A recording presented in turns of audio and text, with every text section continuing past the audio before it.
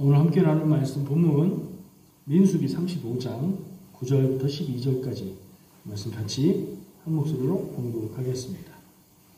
여호와께서 또 모세에게 말씀하여 이르시되 이스라엘 자손에게 말하여 그들에게 이르라. 너희가 요단강을 건너 가나안 땅에 들어가거든 너희를 위하여 성읍을 도피성으로 정하여 부지 중에 살인한 자가 그리로 피하게 하라. 이는 너희가 복수할 자에게서 도피하는 성을 삼아 살인자가 회중 앞에 서서 판결을 받기까지 죽지 않게 하기 위함이니라. 아멘. 오늘 말씀 제목은 말씀 가운데 나온 도피성이라는 단어를 썼고요. 제가 주보의 화면에 있네요. 영어로 한번 써봤어요. 왜냐하면 도피성이라는 말이 City of Refugee라는 말인데 피할 수 있는 피난처가 되는 도시라는 뜻인데 제가 도피성에 대한 내용을 검색하느라고 구글 검색에 딱 쳐보니까 도피성 유학 이런 단어가 나오는 거예요. 근데 한글은 똑같잖아요. 도피성이라고 읽으면 피하기 위한 이런 뜻이고 이건 뭐예요? 도피성 이렇게 읽어야 되는 거죠. 도피는 피하는 거고 성은 캐슬 아니고 시리예요. 피할 수 있는 도시, 피난처가 되는 도시를 말하는 겁니다. 민수기 35장 말씀을 읽으면 이 도피성 제도에 대한 하나님의 말씀이 나와요.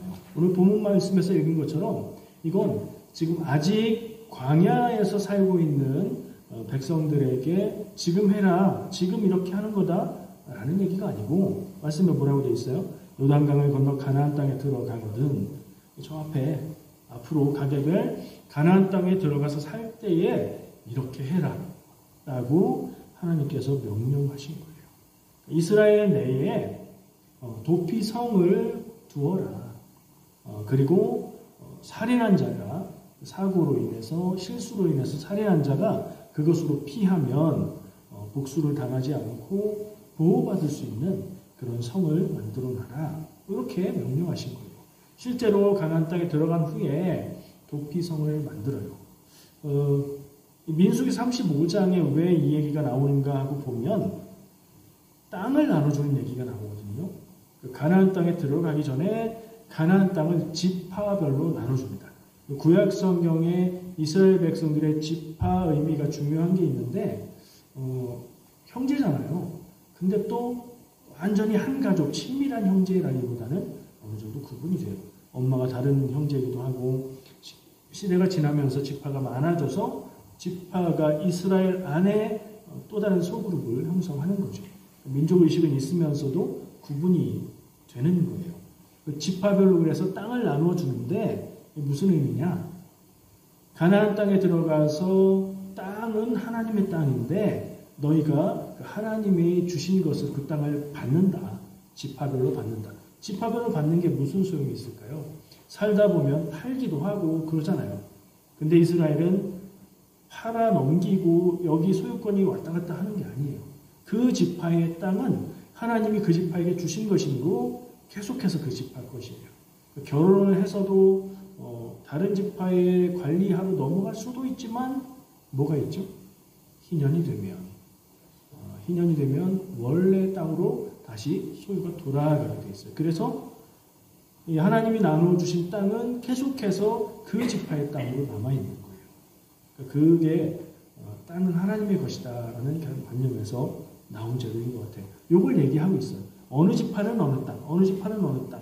땅 나눠준 것을 얘기하다가 조금 특이한 지파가 하나 있죠. 레위 지파. 레위 지파는 어떤 점이 특이하냐면 이스라엘의 12지파 중에 레위 지파를 넣어서 셀 때도 있고 레위 지파를 빼놓고 12지파를 셀 때도 있어요. 12인데 하나를 빼면 11인데 어떻게 12이 되죠?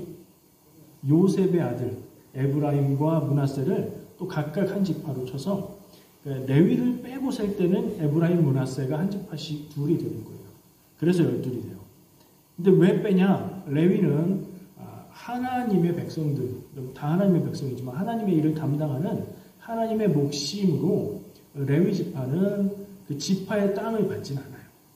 그러면 어디서 사냐? 전국의 모든 지파들마다 그 근처에 레위인들이 필요하기 때문에 레위인의 성이 중간중간에 있습니다. 그리고 그 레위인의 성들 중에 이 도피성이 있는 거예요. 레위 지파는 흩어져 사는데 그 중에 몇 도시가 오늘 아까 얘기한 도피성이 되는 겁니다. 이스라엘의 6군데의 도피성, 요단강을 건너서 요단강 서쪽에 3군데, 요단강 동쪽, 요단강 건너가기 전에도 두 지파 반이 거기도 살잖아요. 그쪽에도 3군데. 그 정해진 지역을 지도로 보고 찾아보면 이스라엘 안에서 어디에서 가도 그리 멀지 않은 적당한 거리에 도피성이 있는 그런 형태로 나눠져 있어요. 왜 그럴까요? 도피성은 막 도망가야 되는데 복수자가 쫓아와서 죽이려고 하니까 도망가야 되는데 도피성이 엄청 멀어요. 그러면 도망가다가 붙잡힐 가능성이 많잖아요. 빠르게 피할 수 없죠. 그래서 공정하고 공평하게 최대한 어느 곳에서든지 멀지 않은, 길지 않은 시간에 갈 수 있도록 도피성을 6군데에 마련해 뒀습니다. 그 얘기가 우리가 사실은 도피성이라는 말 들어봤죠.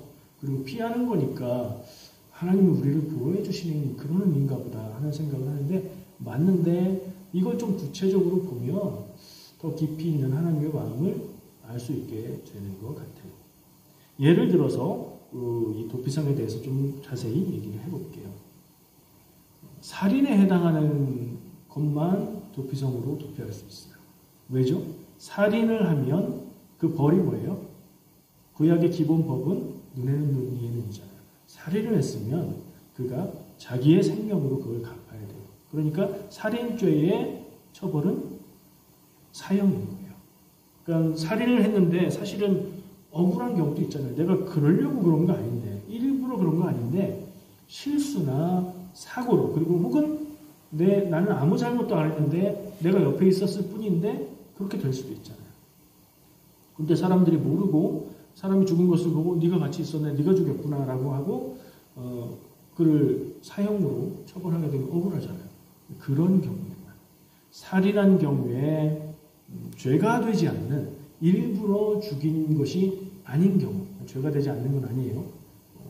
실수로 했어도 죄가 되긴 합니다. 그래서 책임지는 부분이 있는데 죽음으로 그것을 갚지 않아도 될 만큼의 잘못만 했는데도 죽을 수 있잖아요. 그러니까 그런 경우에 사람들이 도피성으로 피하는 거예요. 살인사건이 났습니다. 일부러 그런 건 아닌데 친구들끼리 장난치다가 밀었는데 세게 밀지도 않았는데 발에 걸려서 넘어지면서 큰 충격을 받고 죽어버렸습니다. 깜짝 놀랐죠. 근데 이스라엘 법에 의하면 누군가에게 죽임을 당했다 그러면 가까운 친척들이 고해를 세워서, 이게 성경에 나오는 피해 복수자예요. 그것을 이제 복수를 하게 돼 있어요. 근데 그런 말로 사용해서 그렇지 이것은 복수가 아니라 법으로 정해진 형벌을 공식적으로 가하는 거예요. 살인을 했기 때문에 죽음으로 다스리는 거죠. 사고로 누군가 죽었습니다. 근데 나는 가만히 있으면 붙잡혀서 죽게 생겼어요. 그래서 이 상황은 내가 피해야 되겠다, 억울하다 할 때 도피성으로 가는 겁니다. 그러면 이제 죽은 사람이 있으니까, 사건이 생겼으니까 죽은 사람의 가까운 가족들과 친척들이 모여서 네가 이번에 이 사람을 붙잡아서 죽이도록 해라. 그래서 정해지는 거예요. 그 사람이 도망간 사람을 쫓기 시작합니다. 어디로 갈까요? 도피성을 향해 가죠. 먼저 도망쳤다고 해도 갈 곳은 뻔해요. 가까이에 있는 도피성이니까 그를 잡으러 가요. 도피성을 향해 도망가는 사람이 도피성에 도착하기 전에 붙잡히면 그냥 형벌을 당할 수밖에 없게 되는 거예요. 근데 도피성에 도착했어요. 저기 뒤에 오늘 주보 예배 순서 그 부분에 있는 그림처럼 저 뒤에 따라오는데, 눈에 보이는데 도피성에 딱 도착했어요. 그러면 산 거예요. 도피성에서는 정당한 재판을 받을 수 있도록 그의 생명을 보호해주게 되어 있습니다. 이게 하나님의 법이죠. 그 성의 장로가 그를 보호해줍니다. 그리고 정당한 재판을 받을 수 있도록 거기에서 재판의 자리를 마련합니다. 재판을 통해서 이 사람이 피해 오긴 왔는데 증인들의 증언을 들어보니까 이 사람이 일부러 죽인 게 맞다 하고 판결되면 어떻게 할까요? 이건 유죄가 되는 거예요. 그러면 따라온 그 복수자에게 넘겨져서 형벌을 당하게 됩니다. 죽게 되는 거죠. 근데 재판을 해보고 판단을 해보니까 이 사람은 죽일 의도가 없었고 실수 혹은 사고로 그렇게 된 거다 이렇게 판단이 되면 제가 아까 얘기했던 건데 그냥 무죄 거기서 끝나는 건 아니에요. 그러나 죽음을 당하지 않게 됩니다. 어디에서요? 도피성 안에 있을 때만. 그러니까 그 사람은 누군가의 죽음에 연관되어서 그러나 자기의 죄가 크지 않은 게 밝혀졌을 경우에 보호는 받는데 완전히 무죄가 되는 건 아니에요. 도피성 안에 살 때만 보호를 받아요. 무슨 얘기죠? 도피성 밖으로 나갔다가 그 사람들한테 딱 잡히면 거기에서 죽임을 당할 수 있다는 거예요. 이해가 되시죠? 뭐 재미있지만 명쾌한 간단하면서도 명쾌한 그런 법인 것 같아요.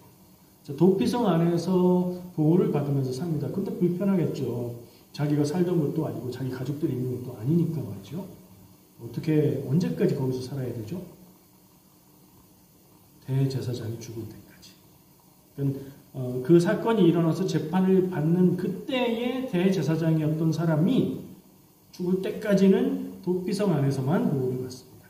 근데 그 대제사장이 죽으면 그 대제사장의 죽음이 그 당시의 모든 죄를 다 가지고 대신 속해주고 죽는 것으로 해서 그때는 모든 죄가 없어진 거예요.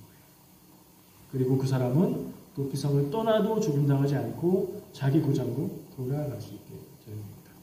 그 살인 사건에 연관이 되었을 때 아주 모든 책임을 다 벗어버릴 수 있는 건 아니죠.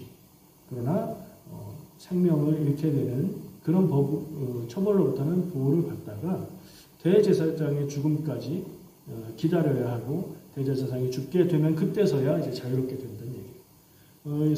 사건이 났을 때 대제사장이 오늘 내일 하시는 분이다. 그러면 나는 머지않아서 돌아갈 수 있겠구나 이렇게 생각할 테고요. 사건이 일어났는데 그 당시에 대제사장이 취임한 지 한 일주일 됐다. 그러면 수십 년 그냥 도피성에서 살아야 되는 운명이 되는 거겠죠. 이게 가나안 땅에 들어가서 지키라고 하나님이 정해주신 법이에요. 이런 법이 여러분 느끼기는 어떻게 느끼십니까? 현대의 사회와는 상황도 다르고 제도도 다르고 그렇지만 나름 합리적이고 공정하다는 생각 들지 않으십니까? 일단은 이 도피성 제도의 첫 번째 목적은 뭘까요? 이렇게 쭉 생각해 보면 이 법을 만들어 주신 하나님의 마음을 우리가 찾아볼 수 있어요. 하나님은 왜 이런 법을 만들어 주셨을까요? 첫 번째 생각나는 건 억울하게 죽는 사람이 없도록 억울하게 죽음 당할 수 있는 사람을 보호하는 게 되는 거죠. 그리고 두 번째는 내 친척이 죽임을 당해서 내가 복수를 해야 돼서 누군가를 해쳐야 되는 그런 것도 마음이 편하지 않겠죠. 복수가 복수를 낳고 막 이런 관계도 생길 수 있겠죠. 이런 부분도 억제가 되는 효과가 있지 않을까요?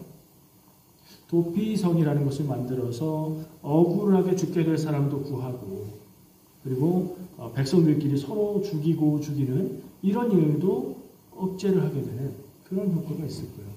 하나님은 그러면 그런 법을 왜 만들어 주셨을까? 사람의 생명이 귀하기 때문이죠. 아주 원칙적인 생각이지만 이 법을 만들어 주신 하나님의 마음을 우리가 생각해 볼 때 사람의 생명이 귀하다. 허투루 사람이 죽어서는 안 된다. 이런 말씀을 전해주고 있는 법이라는 생각을 할 수 있어요. 전쟁이 나면 사람들이 죽습니다. 큰 자연재해가 일어나도 사망이 생기고 그러죠. 하나님은 그런 일들 앞에서 너무 마음 아프고 가슴 아파하실 것이다. 이런 생각을 우리가 적용해 볼 수 있어요. 우리 자신에게 적용해 보면요. 우리도 사람의 생명을 더 나가서 어떤 동물들의 생명까지도 소중하게 여겨야 되겠다. 왜? 하나님이 생명을 소중하게 여기십니까? 내가 내 생명도 함부로 해서는 안 되고 내가 남의 생명도 함부로 해서는 안 되고 웬만해서는 누구를 죽이고 그러지 않잖아요. 그러나 사람을 죽음으로 몰아갈 수도 있는 폭력들이 있어요. 언어적인 폭력. 생각하지 않고 쉽게 말하는 게 다른 사람의 삶을 파괴할 수도 있어요. 이런 것들을 하나님의 뜻에 비추어 볼 때 우리는 참 주의해야 한다. 생명을 귀하게 여기시는 하나님, 우리도 생명을 귀하게 여기고 그런 것에 대해서 깊이 생각해야 된다. 이런 원칙을 생각해 볼 수 있어요. 자, 근데 저는 이런 생각들을 정리하면서 마음속에 한 가지 의문이 들었어요. 도피성은 누구를 보호하는 제도라고요? 억울하게 죽음과 관계된 사람을 보호하는 거예요. 근데 거기에 이 내용에는 해당 안 되는데 제가 생각할 때 억울하게 누군가를 죽이는 사람이 있을 수 있어요. 현대 법으로 얘기하면 뭐일 것 같으세요? 맞춰보세요. 누군가 나를 막 죽이려고 한다. 그럼 어떻게 해야 돼요? 자기를 보호해야 되죠. 보호하다 보니까 어쩔 수 없이 상대를 해치게 됐다. 그런 경우에 뭐라고 하죠? 정당방위라고 하죠. 성경은 정당방위에 대해서 어떻게 얘기할까요? 도피성 제도에서는 정당방위의 경우는 보호해주지 않는 것 같아요. 내용이 없어요. 근데 우리가 해석해 봐야 되는데 어떻게 할까 하는 생각을 하면서 말씀을 찾아보니까 일단 성경이 정당방위에 대해서 언급하는 부분이 있어요. 출애굽기 22장 2절인데 읽어드릴게요. 도둑이 뚫고 들어온 것을 보고 그를 쳐 죽이면 피 흘린 죄가 없으나 밤에 자고 있는데 도둑이 내 집을 뚫고 침입해 들어왔을 때 뚫는다는 표현의 원어 단어를 생각하면 천막 삶을 살 때는 천막을 찢고 들어온다는 표현이고 건물로 짓고 살 때는 벽을 뚫고 들어온다는 거예요. 왜 그러죠? 문으로 안 들어오고 다른 데로 들어오는 거예요. 도둑이죠. 도둑이 내 집을 침입하는 경우에 나와 내 가족과 내 재산을 보호하기 위해서 대항을 하고 그러다가 그를 해치게 되는 것은 무죄라고 성경이 말하고 있는 거예요. 성경도 하나님의 법도 상식선에서 얘기가 되는 것이 참 많습니다. 상식이라고 볼 수 있어요. 그러면 이 정당방위가 무죄인데 왜 도피성에서는 정당방위로 살인을 한 경우에도 피할 수 있다라고 표현하지 않았을까? 생각해 보니까 제 생각이 짧았더라고요. 죄가 아니잖아요, 이미. 무죄잖아요. 그러니까 피할 이유가 없는 거예요. 정당방위에 의해서 누가 죽었다. 그것은 이미 죄인이잖아요. 그가 자기 죄 때문에 오히려 자기가 죽었기 때문에 주변 사람들도 그를 보호하기 위해서 복수하지 않죠. 그런 생각이 의문이 들어서 그걸 그렇게 해결했고요.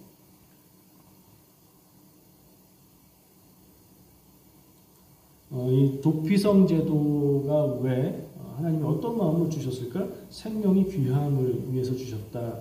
이게 첫 번째 결론이고 두 번째 말할 수 있는 건 하나님의 공의. 여러분 성경에서 하나님의 공의라는 표현을 쓰죠. 근데 하나님의 공의는 뭘까? 이게 평소에 안 쓰는 말이라 이거 좀 헷갈릴 수도 있어요. 제가 보니까 영어로는 justice예요. justice를 우리는 한국말로 뭐라고 번역해요? 정의라고 번역해요. 그러니까 성경에서 정의라는 말을 공의라고 번역한 거예요. 우리는 어떻게 이해하면 좋냐? 제가 생각해 볼 때 하나님의 정의라고 생각하면 딱 맞을 것 같아요. 그러니까 공의, 옳은 것이 옳고 하나님의 뜻 안에서 옳은 것이 옳고 잘못된 것은 죄이고 옳게 행한 사람이 피해를 당하는 일이 없도록 하시는 게 하나님의 뜻과 마음이다. 이런 생각을 할 수 있었어요. 이스라엘 백성은 앞으로 지금 가나안 땅에 아직 안 들어갔으니까 가나안 땅에 들어가서 새 땅에 들어가서 새 법에 따라서 살게 될 것이고요. 그 법들 중에는 이제 도피성법 같은 게 있는 거죠. 사람 사는 세상이니까 사고가 생길 수 있지요. 사람 사는 곳에선 언제나 사고가 생깁니다. 사람이 죽는 일도 생기는데 그런 일들에 대해서 대응하는 법을 하나님이 주신 거죠. 그리고 그 법에는 하나님의 뜻과 마음이 담겨 있어요. 그것을 통해서 가나안 땅에서 살아갈 하나님의 백성들의 나라, 사회가 잘 유지되고 하나님의 뜻을 알도록 주셨다. 이렇게 정리를 해볼 수 있을 것 같아요. 사람이 죽었다는 결과도 중요한 건데 하나님의 법을 그렇게 주신 데는 누가 누구를 죽였다 그 사람도 죽여. 이렇게 단순하지가 않다는 것. 보호해야 될 사람은 보호해 준다는 것을 생각해 보면 그 결과가 일어나게 된 상황이나 동기까지 고려하시는, 그것까지 봐야 된다고 얘기하시는 하나님의 의로우심, 그리고 상식의 하나님을 만나게 됩니다. 자, 도피성에 대한 얘기는 이 정도인데, 제가 도피성 얘기를 이렇게 쭉 읽고 준비하고 정리를 하다 보니까 흥미로운 단어가 나왔어요. 제가 아까 단순하게 그냥 복수자, 죽이는 사람, 이렇게만 얘기했는데, 이 말이 그런 얘기가 성경에 있어 싶기도 하고, 그 역할을 하는 것도 재미있기도 한데, 그 말이 뭔가 생각해보면 또 의미가 있다는 생각이 들어서 나는 거예요. 그 복수자는 히브리어 원어로 고엘입니다. 여러분 고엘 들어보셨죠? 어디서 들어봤더라? 룻기를 읽을 때 보아스 나오고 하면서 가까운 친척을 도와줘야 되는 의무를 가진 사람을 고엘이라고 했어요. 그런데 친척의 죽음에 대해서 복수하는 사람도 고엘이래요. 이거 뭐 의미가 다른데 같은 말인가? 아니요, 그냥 똑같은 거예요. 성경에 나오는 예들을 쭉 찾아봤어요. 그러니까 고엘은 몇 가지 경우가 있어요. 첫 번째, 친척이 빚 때문에 종이 되는 경우에, 빚을 졌는데 빚을 갚을 능력이 없어서 종이 된다. 그러면 친척 중에 가까운 사람이 고엘이 되어서 그 빚을 대신 갚아줘서 해방시켜줘야 됐어요. 하나님의 법이에요. 고엘 제도는 역시 하나님의 법입니다. 친척 중에 가장 가까운 사람이 그렇게 돕게 되어 있어요. 빚져서 종이 되는 데에도 도와줘야 된다. 두 번째, 땅을 팔았어요. 땅을 팔 수 있어요. 그 지파 안에서 나가지 않아야 된다. 하나님의 땅이다. 이런 얘기 했지만 어쨌든 거래는 있어요. 근데 다시 되사기가 어려울 정도로 형편이 어려워요. 그럴 때 친척 중에 가까운 사람 고엘이 그 땅을 대신 사줄 의무가 있어요. 이 고엘은 의무예요. 하나님의 법으로 정해진 의무. 자, 땅도 다시 사줘야 되고, 세 번째, 친척이 죄를 지었어요. 그리고 그 죄에 대해서 죽음으로 벌을 받는 경우도 있지만 더 많은 경우에는 그런 것보다는 속전이라고 해서 금전으로 이 죄를 갚게 되는 경우가 더 많았어요. 근데 그것을 갚을 능력이 없어요. 그러면 또 더 큰 벌을 받게 되겠죠. 그런 때에 가까운 친척이 고엘이 되어서 그의 죄값을 대신 치르고 그의 죄를 없애주는 역할을 하는 것도 고엘의 의무예요. 네 번째 나오는 예가 오늘 나온 예예요. 친척이 살해를 당했습니다. 살인사건의 피해자가 됐어요. 그러면 그와 가장 가까워서 고엘이 되어야 되는 사람이 그 복수를 하는, 그 살인자를 잡아서 벌을 줘야 되는 고엘로 지정이 되고 그것을 행하는 의무를 갖게 되는 거예요. 고엘은 의무라고요. 또 이렇게 고엘이라고 말하기에는 조금 개념이 다릅니다. 지금까지 고엘은 거의 이제 친척들이 그 역할을 하는 거였죠. 근데 같은 의미로 성경에 기록되어 있는 내용이 계대 결혼이라고 하는 형사 취수라고 하는 그 내용이 이것과 의미가 같아요. 형이 결혼을 했어요. 근데 아이를 낳지 못하고 형이 죽었어요. 그럼 형수만 혼자 남았죠. 그리고 그 형의 가문은 대를 잇지 못하고 끊어지게 되죠. 그런 때 역시 형을 대신 하는 의미에서 동생이 형수와 동침하고 자녀를 낳아서 이어갈 수 있게 해주는, 그건 역시 형제간에 이루어지는 일이지만 이것도 고엘과 같은 의미의 의무고 하나님의 법이에요. 고엘은 이런 의미들을 다 담고 있는 거예요. 이것을 다 공통적으로 포괄할 수 있는 말이 있다면 뭘까요? 가까운 친척의 일을 내 일처럼 대신해서 감당해 주는 거죠. 보아스가 룻과 결혼해서 그 가문을 잇게 한 것도 고엘로 의무를 지킨 일이었죠. 오늘 민수기 말씀에서 죽음을 당한 친척을 위한 복수를 하는 것, 이것도 은혜를 베푸는 것과는 너무 다른 것 같지만 똑같은 고엘의 의무를 감당하는 거예요. 참 역설적이죠. 깊이 생각해 볼수록 이 고엘 제도라는 게 의미가 있다고 느껴지는 게 가까운 친척이 어려움을 당할 때 외면하지 않고 울타리가 되어 주는 것이기 때문에 그래요. 요즘 세상은 어떻습니까? 우리가 알고 있는 요즘 세상의 모습, 이런 생각은 할 수 있고 이런 모습의 일들이 있다면 복수하는 것까지 생각할 건 없이 친척이 어려움 당했을 때 가까운 친척이 도와주고 구제해주고 대신 갚아주고 이런 모습을 우리는 보면서 좋다, 참 좋다 이런 생각을 하지만 그런 일이 흔하지가 않죠. 옛날에는 한국이 정말 아무것도 없고 못 살 때는 친척들끼리 이렇게 했다는 얘기를 많이 들었어요. 지금은 많이 잘 살게 됐는데 오히려 한 사람 한 사람 살아가는 삶은 자기 삶을 지켜내기에도 각박하고 그런 것 같아요. 그런 생각을 하면서 오늘 이 고엘에 대한 생각을 하다 보니까 고엘 제도가 참 괜찮다. 그렇게 할 수 있다면 좋겠다. 이스라엘이 이걸 잘 지키고 살아왔다면 참 부럽다 하는 생각을 하게 됩니다. 도피성 제도를 얘기하다가 고엘 제도도 얘기하게 됐는데 두 개 다 공통적으로 하나님의 뜻에 의해서 하나님께서 주신 법인 거예요. 도피성 제도는 이스라엘 사회를 건강하게 지켜주는 훌륭한 법이었어요. 고엘 제도는 친족 공동체가 연약한 개인을 돕고 보호하는 좋은 제도예요. 하나님이 주신 법이 참 좋고 이런 법과 제도를 주신 하나님의 마음이 따뜻하게 느껴졌어요. 물론 제도다 보니까 이것을 악용할 수도 있겠지만 그 주신 의미, 마음을 생각할 때는 하나님은 참 좋은 분이다, 따뜻한 분이다. 사람의 연약함과 약점까지도 보살피시고 이런 법도를 주시는구나 이런 생각을 했어요. 근데요, 오늘 말씀에서 도피성에 대해서 알아봤죠. 그것을 주신 하나님의 마음도 알아봤고요. 고엘 제도도 생각해봤어요. 하나님의 마음도 생각했어요. 그런 내용들을 생각하고 묵상하다 보니까 이게 다가 아니구나 하는 생각을 하게 됐습니다. 오늘 말씀들을 가만히 묵상해보면 교회에서 제일 중요하게 얘기하는 예수 그리스도의 십자가 죽으심, 이게 나와 무슨 의미가 있는가 하는 생각을 할 때에 나의 구원이 되는 대속의 은혜, 예수님이 마치 나의 고엘이 되어서 나의 죄를 대신해서 죽으셨구나 하는 생각까지 하게 됩니다. 이런 법과 제도, 그것을 주신 하나님의 마음과 성품이 예수님을 보내셨고 예수님을 통해서 나를 구원하시는구나.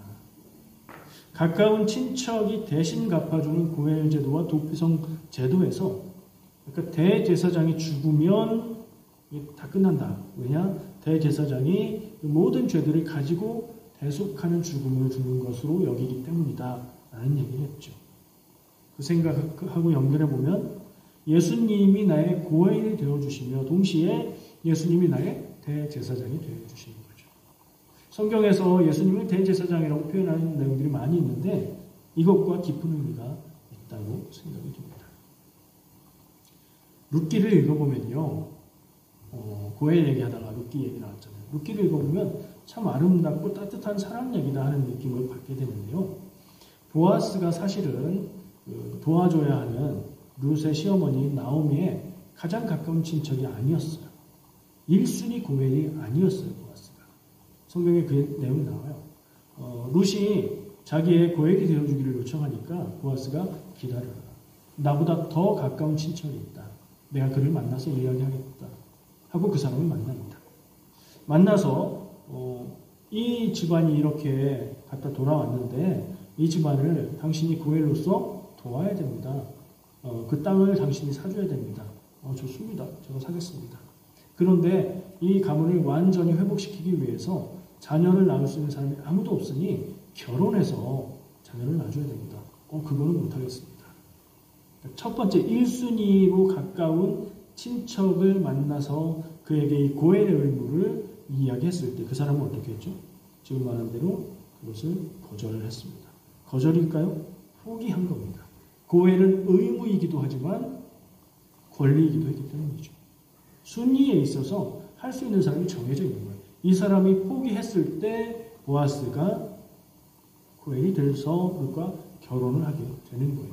이것을 위해서 보아스는 그 사람에게 확인을 했던 겁니다. 성경은 그 사람, 보아스보다 더 가까운 친척의 이름을 기록하지 않고 있습니다. 성경에 아무개라고 얘기해요. 읽어볼까요? 룻기 4장 1절 말씀에 보아스가 성문으로 올라가서 거기 앉아있더니 마침 보아스가 말하던 기업 누를 자가 지나가는지라 보아스가 그에게 이르되 아무개여 이리로 와서 앉으라 하니 그가 와서 앉으래. 성경은 이름을 굉장히 중요하게 여깁니다. 중요한 사람은 우리가 볼 때 안 중요한 것 같은데 이름이 다 남아 있습니다. 중요해 보이는데 이름이 안 나왔다면 그 사람은 중요하지 않은 사람이 되어버리는 겁니다. 오늘 함께 나눈 말씀에서 지금 세상에서도 의미 있는 우리를 향하신 하나님의 마음을 깨닫게 되었습니다. 나의 구원, 나의 죄를 대신 지신 예수 그리스도의 은혜를 다시 생각하게 됩니다. 반대로 내가 또 누군가를 돕고 대신해주고 어려운 일을 대신 갚아주는 고엘로서 요청을 받게 된다면 우리는 그것을 거절하고 아무개가 될 수도 있고요. 보아스처럼 고엘의 역할을 감당할 수도 있습니다. 내 주변에 힘들고 어렵고 괴로움에 빠져있는 성도들, 이웃들, 나와 전혀 관계없는 다른 나라 사람들일지라도 우리가 소식을 다 듣습니다. 그 소식을 들을 때 우리의 마음속에 고엘이라는 단어가 생각나고 내가 하나님 앞에서 이 역할을 감당해야 되겠다 하는 마음이 있기를 바랍니다. 먼 관계가 아니고 내가 꼭 감당해야 되는데 나는 하기 싫어 그럴 때 하나님 앞에서 우리는 그냥 의미 없는 아무개가 될지 모르기 때문입니다. 그 하나님의 사랑과 은혜 안에서 살아가기를 축복합니다. 또 그 은혜를 받은 우리가 또 우리의 이웃들에게 같은 마음으로 사랑을 나누고 복음을 나누며 살기를 바랍니다. 기도하겠습니다. 하나님 감사합니다. 오늘 주신 말씀을 마음에 새겨봅니다. 우리를 사랑하시사 생명을 귀하게 여기사 도피성을 주신 하나님, 그리고 친척 간에 서로 돕고 의지가 되라고 교회를 만들어주신 하나님, 우리가 이 뜻을 기억하고 우리 이웃들을 향해서 하나님이 보내신 고엘로 살아가기를 원합니다. 하나님이 예수님을 보내셔서 우리를 지키고 인도하시며 우리의 고엘로 삼으신 것처럼 우리도 그 사랑 안에서 그렇게 살아갈 수 있게 하여 주시옵소서. 예수님의 이름으로 기도합니다. 아멘.